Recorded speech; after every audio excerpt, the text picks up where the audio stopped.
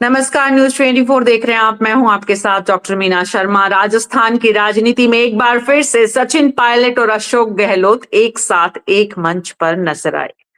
सत्ता चली गई, लेकिन भजनलाल सरकार और नरेंद्र मोदी के खिलाफ विपक्ष के वन नेशन वन इलेक्शन की सोच और सरकार के द्वारा किए गए प्रयासों के विरोध में इसे गैर कानूनी और इसे नामुमकिन बताते हुए जयपुर में, राजस्थान की राजधानी में, कांग्रेस पार्टी ने एक बार फिर से सरकार को और सत्ता पक्ष को घेरने का प्रयास किया। और उसमें दिलचस्प सबसे बात जो है वो ये कि यहाँ पर अशोक गहलोत और सचिन पायलट एक मंच पर नजर आए।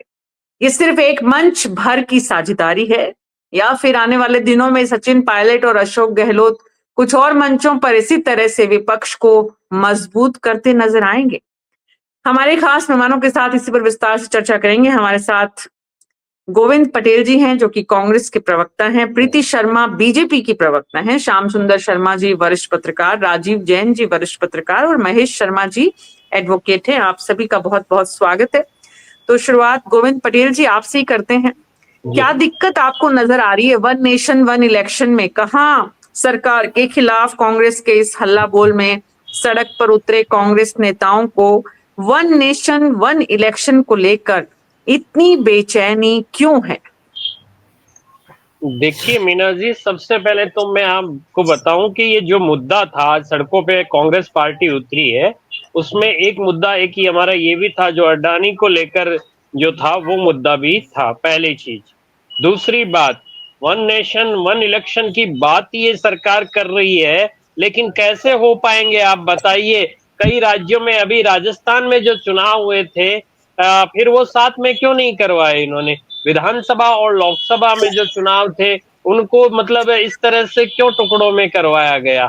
ये एक केवल और केवल जुमला है, ये पॉलिटिकल स्टंट है और कुछ नहीं होना है। कहीं भी कोई भी स्थिति में ये चुनाव एक साथ होते हुए नजर नहीं आ रहे। दूसरी बात, आप सचिन पायलट और अशोक गहलोत जी की बात कर रहे हैं, तो क्या साथ नहीं आना चाहिए था क्या उनको? अरे भाई, हमारे संगठन के नेता हैं, तो वो एक साथ नहीं आएंगे तो क्या अलग अलग प्रदर्शन करेंगे क्या? वो तो एक साथ, कांग्रेस एक साथ है, एकजुट है, कांग्रेस एक साथ प्रदर्शन कर रही है, तो इसमें अच्छी बात है ना। हम जनता के हितों के लिए सड़कों पर आ रहे हैं, तो अच्छी बात है।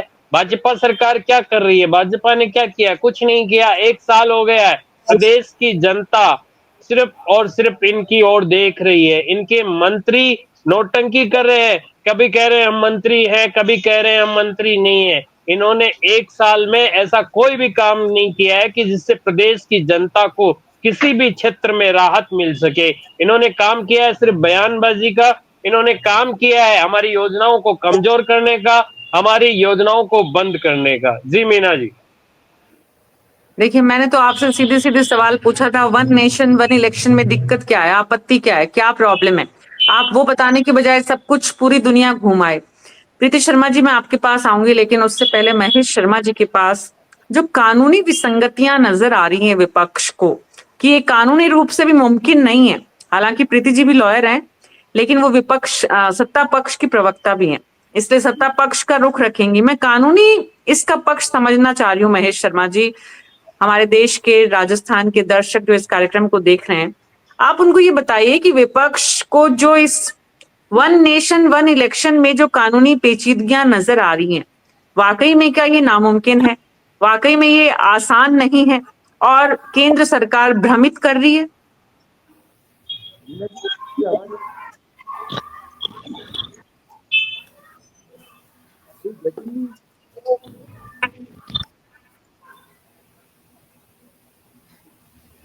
महेश जी तक मेरी आवाज नहीं पहुंच पा रही है शायद।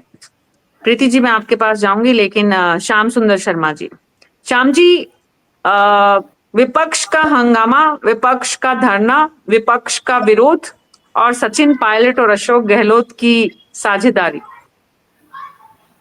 देखिए मीना जी, निश्चित तौर पर जिस प्रकार से कांग्रेस में अब तक ये कहा जा रहा था कि एक मंच पर सचिन पायलट और अशोक गहलोत तो आते नहीं हैं, लेकिन आज दोनों एक मंच पर आए और कुछ जुमले, कुछ हंसी मजाक के किस्से भी देखने को मिले। अब देखिएगा कि एक देश एक चुनाव, ये देखिए मांग तो पुरानी है। भैरू सिंह शेखावत हमारे उपराष्ट्रपति थे वो कहा करते थे कि भाई एक देश एक चुनाव होना चाहिए, बार बार चुनाव में पूरा देश लगा रहता है तो अपव्यय भी होता है, सारी बातें हैं। अब देखिएगा पार्लियामेंट में तो बिल रख दिया गया है और वहां पर जेपीसी का गठन भी कर दिया गया है। तो जेपीसी के गठन के लिए कांग्रेस ने अपने नाम भी प्रस्तावित कर दिए हैं। प्रियंका गांधी नई नेता बनी है, उनका भी नाम प्रस्तावित किया, सुरजेवाला का नाम भी प्रस्तावित किया, मनीष तिवारी का नाम भी प्रस्तावित किया, सुखदेव भगत सिंह का भी। क्योंकि देखिएगा कि ये निश्चित रूप से संविधान संशोधन होना है और बहुत आराम से हो जाएगा, ये संभव नहीं लगता। और देखिए कि संविधान संशोधन होगा तो 2029 में चुनाव प्रस्तावित है, अभी नहीं है कुछ भी। और ये कहा जा रहा है कि देखिएगा कि जब तक कुछ विधानसभाओं का कार्यकाल बढ़ाया जाएगा, कुछ का घटाया जाएगा, और ये होता है कि 2029 में हम एक साथ चुनाव कराने की स्थिति की कांग्रेस की मजबूरी ये है कि ये स्थानीय पार्टियों के साथ मिलकर के चुनाव लड़ती है। तो ऐसी स्थिति में वो स्थानीय पार्टी एक देश एक चुनाव इसलिए नहीं कराना चाहती कि मुद्दा फिर राष्ट्रीय स्तर का हो रहेगा चुनाव में, और वो अपने तौर तरीके से विधानसभा का चुनाव लड़ती हैं और कुछ निश्चित रूप से ममता बनर्जी अपने प्रदेश में लड़ती हैं या जम्मू कश्मीर वाले जम्मू कश्मीर में लड़ते हैं, जैसे सपा लड़ती है तो फिर आपके सामने उत्तर प्रदेश में लड़ती है। ये सारी बातें अलग अलग दल अलग अलग तरीके से सोचते हैं और वो नहीं चाहते हैं कि हमारा अस्तित्व तो खत्म हो जाए, इसलिए उसका विरोध हो रहा है। तो कांग्रेस ने तो विरोध करना शुरू किया, लेकिन फिर विरोध के बावजूद भी लोकसभा में 2 बार वोटिंग हुई और उसके बाद प्रस्ताव रखा गया है। और प्रस्ताव रखने का विरोध तो देखिए कि विरोध करने का अधिकार विरोधी पक्ष को होता है, उसमें कोई गलत मानना में नहीं चाहिए। और जैसे राजस्थान में आज जिस प्रकार से अभी गोविंद जी कह रहे थे कि हमारे नेता एक होकर के सामने आए, लेकिन 2 दिन पहले ही गोविंद सिंह डोटासरा ने सचिन पायलट की फोटो अपने उससे क्यों हटा दी गई थी, उसका विरोध भी हुआ था। शिवचंद माथुर की दोहती है, उन्होंने खुद ने विरोध किया था कि भाई हमारे नेता की फोटो क्यों हटाई गई। एक विवाद का विषय उस वक्त बना था और गोविंद सिंह डोटासरा ने कहा ये तो हमारा आंतरिक मामला है, उसको सुलझा लेंगे। लेकिन जिस प्रकार की बातें आ रही है निकल के, राजस्थान में भी देखिए वन स्टेट वन इलेक्शन की बात आ गई है सामने और कैबिनेट हमारे ने भी कर दिया। उसके बाद देखिए राजस्थान में भी प्रशासक लगा दिए गए हैं नगर परिषद के चुनाव को लेकर, नगर निगम। और अभी देखिए कि जनवरी में जब पंचायत के चुनाव होंगे तो कहा जा रहा है कि जो सरपंच है उन्हीं को प्रशासक बना दिया जाएगा। तो देखिएगा राजस्थान में तो पहले प्रशिक्षण यहाँ ये बात आ रही कि वन स्टेट वन इलेक्शन का कारण हम तो पहले ही पारित कर लेंगे। और उसके बाद देखिए वहां पर वन कंट्री और वन इलेक्शन की बात आएगी तो लोकसभा और विधानसभा के चुनाव एक साथ कराया जाना संभव है। क्योंकि देखिएगा कि अगर पंचायतों के चुनाव या नगर परिषद के चुनाव को जोड़ते हैं तो 50% प्रदेशों में इसको पारित कराना पड़ेगा, जो कि बीजेपी के पास अभी तो मौजूदा स्थिति में तो है, लेकिन एक चर्चा का विषय बीजेपी बनाएगी कि देखिए राष्ट्रीय स्तर का हम बात करते हैं तो राष्ट्रीय स्तर में क्या कुछ किया जा सकता है, कैसी स्थिति की जा सकती है। आपने अभी संविधान संशोधन तो होगा, अभी टाइम लगेगा, लेकिन आप देखिएगा कि अभी जो संविधान पर चर्चा करते हुए जिस प्रकार का माहौल लोकसभा में देखा या विधानसभा और क्या राज्यसभा में देखा, दोनों में चर्चा हुई और किस प्रकार से कौन किस तरह की स्थितियां करना चाहता था, अपने भावनाओं को प्रकट करने का काम दोनों सदनों में हो चुका है। लेकिन अभी राज्यसभा में ये बिल आना बाकी है और राज्यसभा में एक अलग स्थिति है। अब देखिए सर्वसम्मति से पारित करा लिया जाए, इसलिए जेपीसी को दिया गया है। और जेपीसी को देने का मतलब है कि इसको अब देश में चर्चा का विषय बीजेपी बनाएगी, सड़कों पे बात करेगी कि हम सारी चीजों को इस देश के सामने रखना चाहते हैं कि किस प्रकार से इलेक्शन हो और उसमें हमारा जो खर्चा बढ़ता है या पूरी सरकार लगी रहती है चुनाव में, कभी जम्मू कश्मीर का चुनाव था कभी, लेकिन अब देखिए कि हाल ही में अभी तो चुनाव अलग अलग होंगे, पहले दिल्ली के होंगे, फिर उसके बाद यूपी के होंगे, बाकी जगह सबके होंगे। लेकिन ये कहा जा रहा है कि कम से कम 25 विधानसभा क्षेत्रों के चुनाव पहले करा लिया जाए, जिससे कि 2029 में जब आए तो कुछ समय बढ़ाया किसको घटाया जाए, थोड़ा बहुत तो विवाद आएगा, लेकिन चुनौती बड़ी है। लेकिन देश हित में जरूर कहा जा सकता है इसको कराया जाना चाहिए और सर्वसम्मति से कराया जाना चाहिए। तो निश्चित, और सर्वसम्मति इसलिए नहीं बनेगी कि स्थानीय दल है वो इसके पक्षधर नहीं है, वो कहते हैं कि हम अपना प्रदेश तक ही सीमित रहना चाहते हैं, हमारे को कोई लेना देना नहीं पूरे देश से।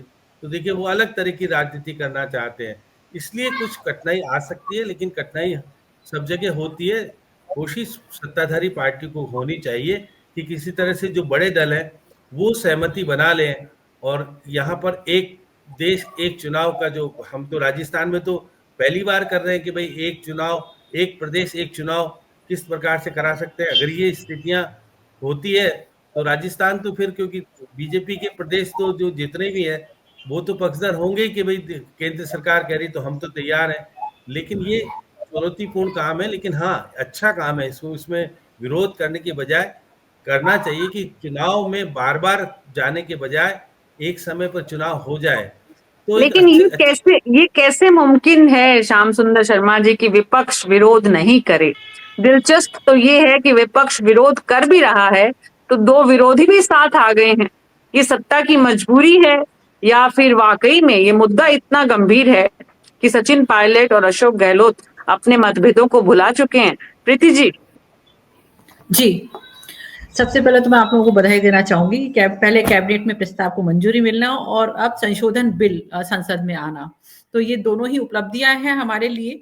बिल पास होता है नहीं होता है ये तो जेपीसी के बाद ही होगा, जॉइंट पार्लियामेंट कमेटी के जो भी चर्चा का विषय रहेगा, चर्चा करने के बाद ही चीजें आएंगी। But one nation one election एक बहुत ही अभूतपूर्व कदम है सरकार का, और ये होना चाहिए। इससे मैन पावर यूज होगी, सरकार को प्रॉपर टाइम मिलता है काम करने के लिए। आप देखते हैं लोकसभा चुनाव हुए, विधानसभा चुनाव हुए, आचार संहिता लग जाती है, चुनाव चलते रहते हैं, डिफरेंट चुनाव होते हैं, डिफरेंट समय पर आचार संहिता लगती है, उसकी वजह से कहीं ना कहीं हमारा कार्य बाधित होता है। तो सरकार को पूरे जो 5 साल मिलने चाहिए वो नहीं मिल पाते। 2 एक्टों में संशोधन होगा, संशोधन बिल जो लाया गया, संविधान में संशोधन होगा, केंद्र शासित कानून संशोधित 2000 बिल लाया गया है।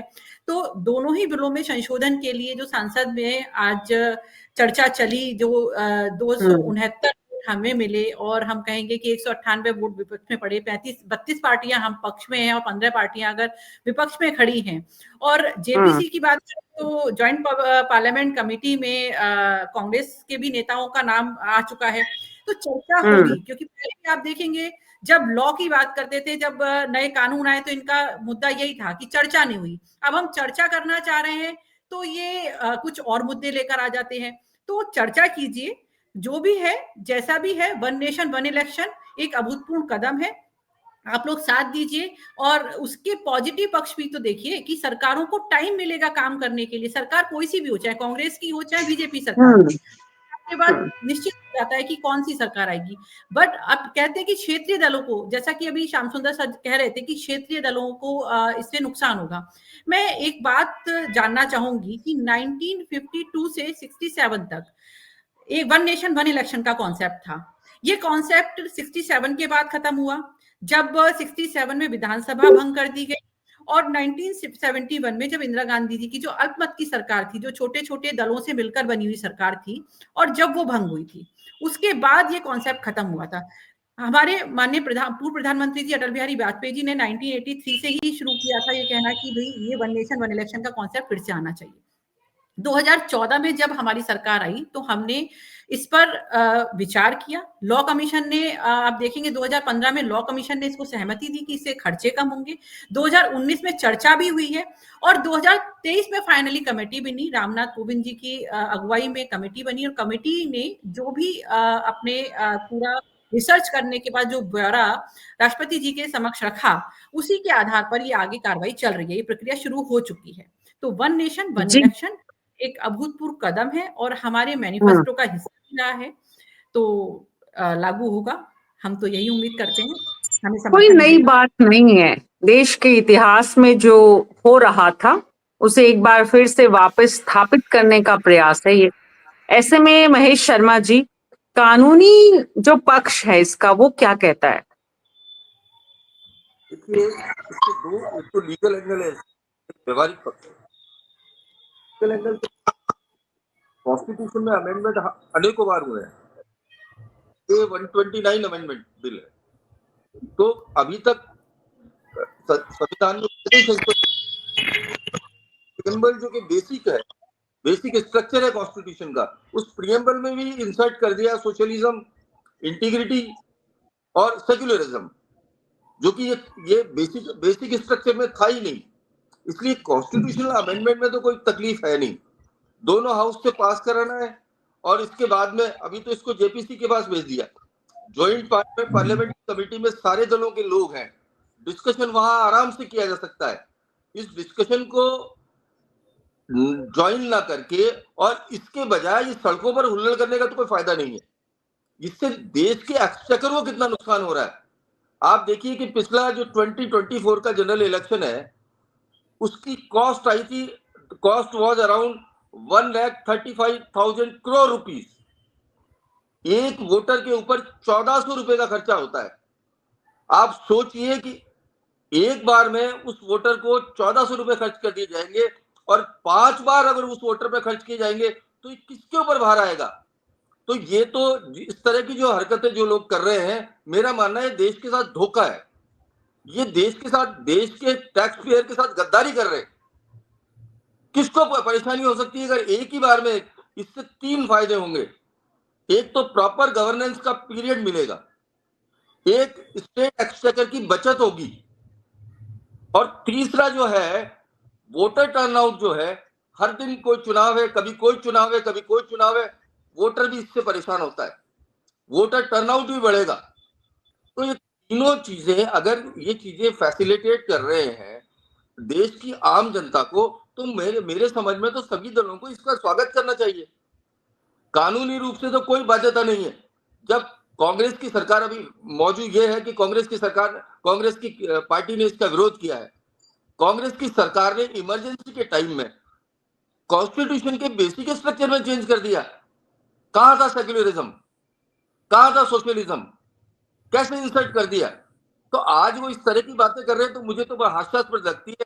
जो लोग कॉन्स्टिट्यूशन को समझते हैं, जो लोग पॉलिटिक्स को समझते हैं या गवर्नेंस को समझते हैं, वो जानते हैं। इसलिए इसमें कोई समस्या की बात नहीं है। ज्वाइंट पार्लियामेंट्री कमेटी इस पर डिबेट होगी, हर दल के लोग उसमें मौजूद हैं।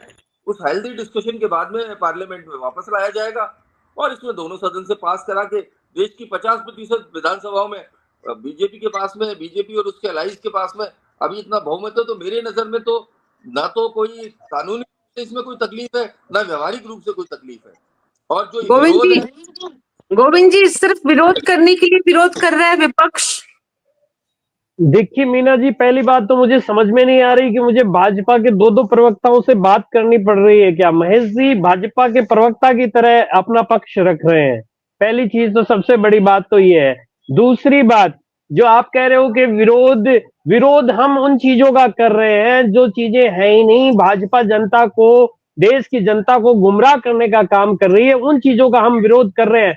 हम ऐसे किसी कानून के खिलाफ नहीं है जो जिससे जनता को लाभ हो। हम नहीं चाहते जनता का नुकसान हो। हमारी पूर्ववर्ती कांग्रेस सरकार राजस्थान में कह लीजिएगा, फिर केंद्र में जब रही थी, तब भी हमने जनता के हितों के ही काम किए हैं। जनता को नुकसान देने वाला कोई काम नहीं किया है। तो ये इस तरह की बात, जिस तरह के आरोप अभी महेश जी लगा रहे हैं, वो मेरे समझ से परे है कि बीजेपी का पक्ष प्रीति जी रख रही है, महेश जी रख रहे हैं जी। तो ये सबके विचार अपने व्यक्तिगत होते हैं गोविंद जी, और ये आपको कोशिश करनी चाहिए कि आप सबके विचारों का सम्मान करें। वो आपके पक्ष में या नहीं है, उससे कोई फर्क नहीं पड़ता। अब महेश जी का सोच बीजेपी के पक्ष में जा रहा है, कांग्रेस के विरोध में जा रहा है, इसका मतलब ये नहीं है कि वो। मीना जी, एक मिनट, मेरा किसी जी पार्टी का, मेरा कहना है कि अगर स्टेट एक्सचेकर के ऊपर भार कम होता है, देश की आम जनता के ऊपर करोड़ों रुपए का, 1,35,000 करोड़ रुपए 2024 के इलेक्शन में लगे हैं। पार्लियामेंट्री इलेक्शंस का, असेंबली इलेक्शंस का खर्चा अलग है, फिर पंचायत का खर्चा अलग है, म्यूनिसिपैलिटीज का खर्चा अलग है। तो इतना सारा खर्चा आएगा कहां से? टैक्स पेयर से तो लिया जाएगा। तो मैं गोविंद जी आपसे विनम्रता से ये कहना चाह रहा हूँ, ना मैं आपका विरोध कर रहा ना मैं आपके पक्ष में हूँ। मैं तो देश की जनता के पक्ष में हूँ और कानून संगत जो बात है और जो न्याय संगत बात है वो मैंने कही है। इसको बुरा मानने की, अदरवाइज लेने की जरूरत नहीं है। मैं किसी बुरा मानने जैसी कोई बात नहीं है महेश जी। मैं भी ये कह रहा हूँ, क्योंकि मुझे जिस तरह से आप बोल रहे थे तो उसमें ऐसे लगा कि आप बीजेपी की ओर से पक्ष रख रहे हैं। आपकी इस बात से सहमत है कि प्रदेश की, देश की जनता पे भार नहीं आना चाहिए। हम भी सहमत है कि देश की जनता पर भार नहीं आना चाहिए। हम भी इस बात का विरोध नहीं कर रहे हैं, लेकिन कुछ इनमें कमियां हैं, खामियां हैं, उनके लिए हम आवाज उठा रहे हैं। और दूसरी बात हमारी, अभी आप कह रहे थे प्रियंका गांधी जी को भी इसमें जगह मिली है, तो वो हमारी कांग्रेस पार्टी की ओर से अपना पक्ष रखेंगे। ज्वाइंट पार्लियामेंट्री कमेटी में नहीं तो चर्चा का तो समय दिया है ना गोविंद जी। हम भी तो यही कह रहे हैं कि हमने तो चर्चा के लिए खुली चर्चा रखी हुई है। तो आपको जो भी चीजें खामियां नजर आ रही हैं तो वहां पर दिखाइए ना, सड़क पर दिखाने की क्या जरूरत आ रही है? आम नहीं, पब्लिक को सड़क परेशान पे करने की शायद क्या जरूरत आ रही है? नहीं, सड़क पे जो किसी जो भी सड़क पे आज हमारा किसी प्रदर्शन था, उसमें मीना जी अभी भी नहीं, एक गोविंद जी, चीज मैं है वो आपसे मिस कर पूछना रही चाहती है, हूँ, वो आप चीज। आप लोग बार-बार ये कह रहे हैं कि इस वन नेशन वन इलेक्शन के को लाकर आप संविधान के मूल ढांचे में परिवर्तन कर रहे हैं। मैं आपसे ये बस विनम्रता से ये पूछना चाहती हूँ कि 1949 में जब हमारा संविधान लागू हुआ, उसके बाद जब पहला इलेक्शन हुआ, उस समय किसकी सरकार थी? और जब हमारा संविधान जो लागू हुआ है, वो संविधान संगठन समिति की बात करें हम, उसके अध्यक्ष कौन थे? उसमें मेंबर्स कौन थे? सब कांग्रेस अरे के ही थे ना। प्रीति जी, मेरी कांग्रेस मेरी पहले मेरी बात सुनिए, मेरी बात सुनिए, जो चीज मैं कह रहा हूँ वो तो सुनिए आप। हम कह रहे हैं होता हम गया, किसी चीज का, कानून का विरोध शुरू नहीं कर करने रहे वाला हैं, भी कांग्रेस था, लेकिन खत्म जो करने वाला भी कमियां कांग्रेस और था। खामियां हैं उसका विरोध कर रहे हैं हमने। और आज जो हम वही तो जयपुर में पूछ रहे विरोध हैं, उसकी प्रदर्शन तो हुआ हमने है, चर्चा रखी वो है किस गोविंद चीज जी। का हुआ है? वो ये सिर्फ इलेक्शन के लेकर नहीं हुआ है, वो जो विरोध है वो दूसरा चीज है। ये मीना जी अभी इस चीज को क्लियर गोविंद जी, नहीं कर आप रही है। लोगों हम को अडानी जी को लेकर, नहीं है किसी भी चीज अब का सड़क अडानी पे जी आने को लेकर आपको अडानी जी को लेकर अशोक गहलोत जी तो कम से कम राजस्थान में बैठकर विरोध का झंडा नहीं गाड़ सकते, क्योंकि अशोक गहलोत जी की सरकार में क्यों अडानी जी के कितने क्यों काम हुए थे, जी ठीक, वो आपकी, श्याम सुंदर जी और बेहतर बता सकते हैं। देखिए गोविंद जी, आपने देखा था समिट, और अशोक गहलोत और सीपी जोशी और आपके अशोक गहलोत जी के पुत्र बैठ करके जिस प्रकार से लाल कालीन बिछा करके स्वागत कर रहे थे अडवाणी जी का, और वो कह रहे थे अडानी का कि भाई देखिएगा कि कोई भी आए हम तो स्वागत करने के लिए तैयार हैं। तो आज सही बात है, मैं भी देख रहा था कि अशोक गहलोत अडानी के खिलाफ आकर के खड़े हुए।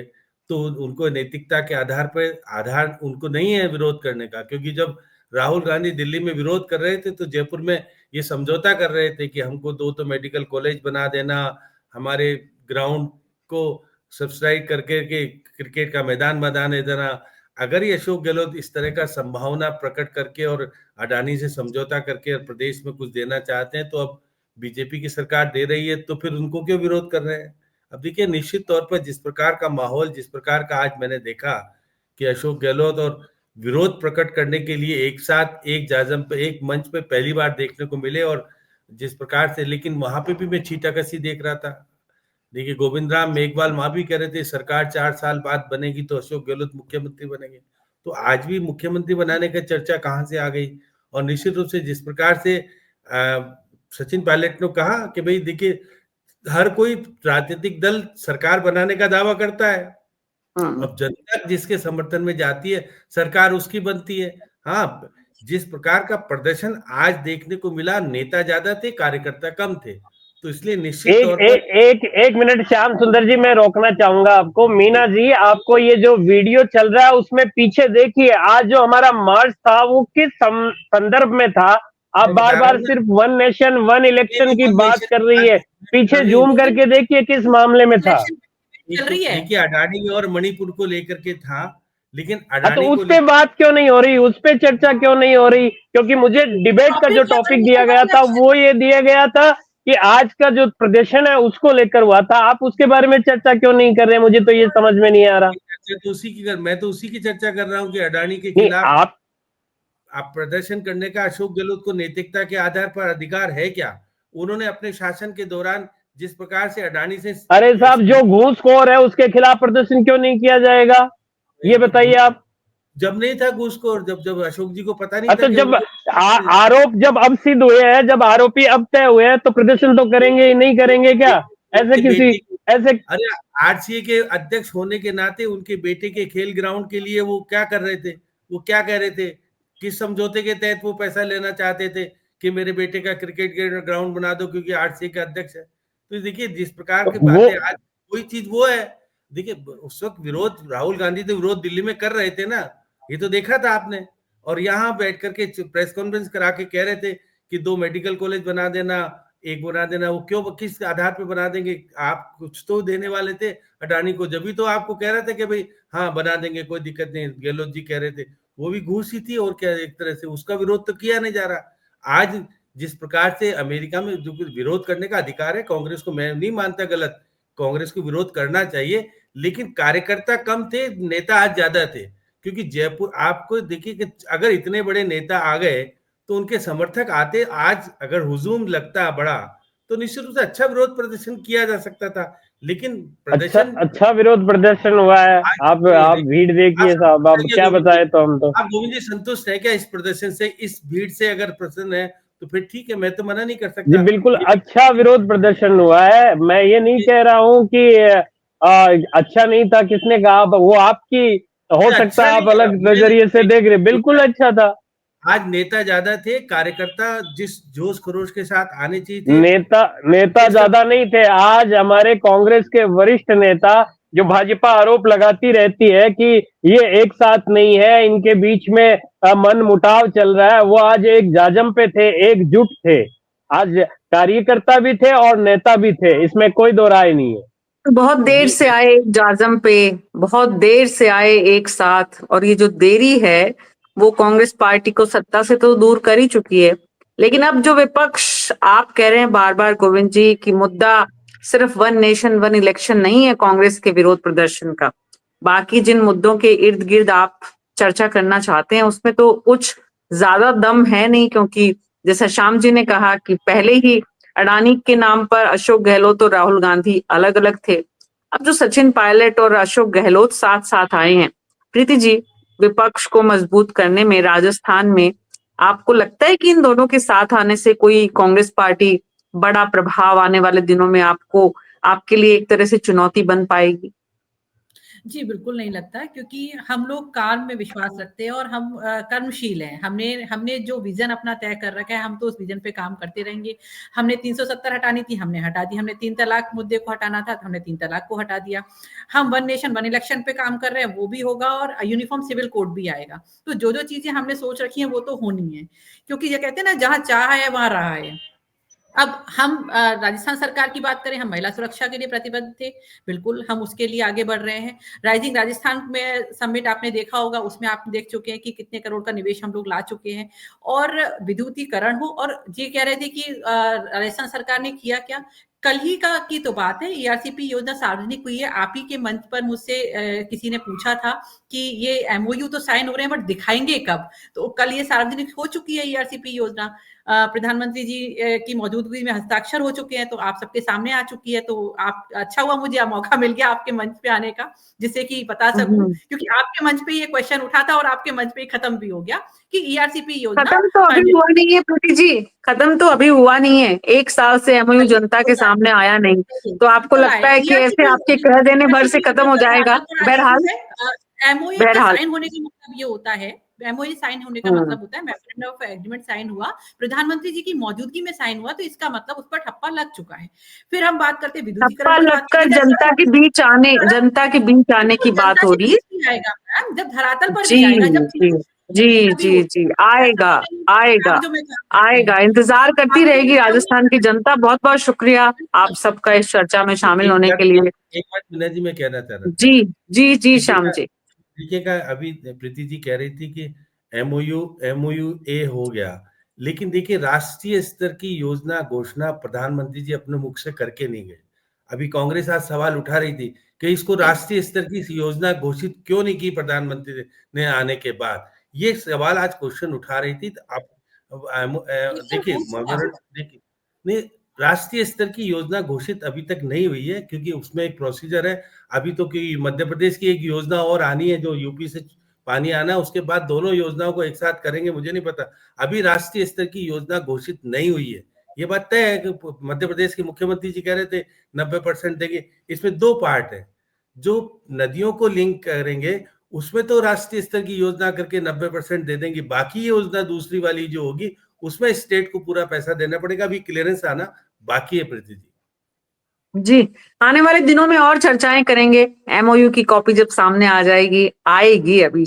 बहुत-बहुत शुक्रिया आप सबका इस चर्चा में शामिल होने के लिए। कुल मिलाकर जो बात समझ में आ रही है, वो ये कि अब विपक्ष थोड़ा सक्रिय होना शुरू हो रहा है। अशोक गहलोत भी अब सक्रिय राजनीति में एक बार फिर से, क्योंकि बहुत दिनों से विपक्ष जो है वो एक तरह से नेपथ्य में, और सरकार ने जिस तरह से 1 साल का जश्न मनाया, विपक्ष में जो बिखराव यहाँ पर कई गुटों में बंटा हुआ है, क्या राजस्थान कांग्रेस उस बिखराव को कम करने के सफल प्रयास कर पाएगी?